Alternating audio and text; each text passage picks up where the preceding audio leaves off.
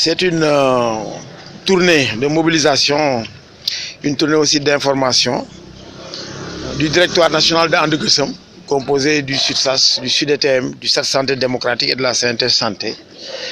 Donc une tournée qui nous permet d'avoir un contact avec les camarades pour leur dire en fait ce qui justifie cette plateforme minimale, parce que nous sommes 4 organisations syndicales. Nous avons une plateforme minimale en 12 points, donc des points qui fédèrent et sur lesquels aussi on a pu discuter avec le gouvernement.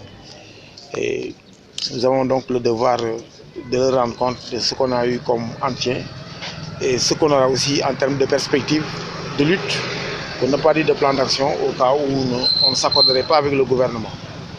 Donc c'est une tournée qui a débuté à Ziguinchor le samedi.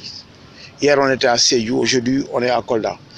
Mais nous ne manquerons pas aussi d'évoquer certains problèmes qui préoccupent la région de Kolda, pour ne pas dire les populations de Kolda, à savoir le sort de cet hôpital, pour ne pas dire le système dans sa globalité.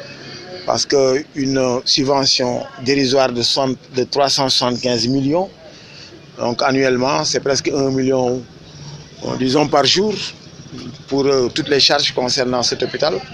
Vous voyez que ça pose problème. Nous avons aussi noté aussi qu'il y a un manque criard de spécialistes, même si des efforts ont été faits, parce qu'il y a des gynécologues qui ont été affectés récemment, mais nous voyons qu'il n'y a qu'un seul pédiatre et les autres spécialités n'existent pas dans cet hôpital-là.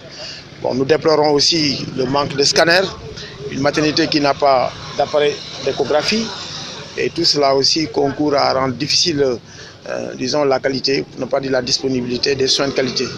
Et on est dans une pyramide sanitaire.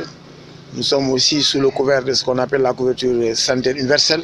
Et nous pensons que tout ce qui peut concourir à la disponibilité des soins de qualité doit être apporté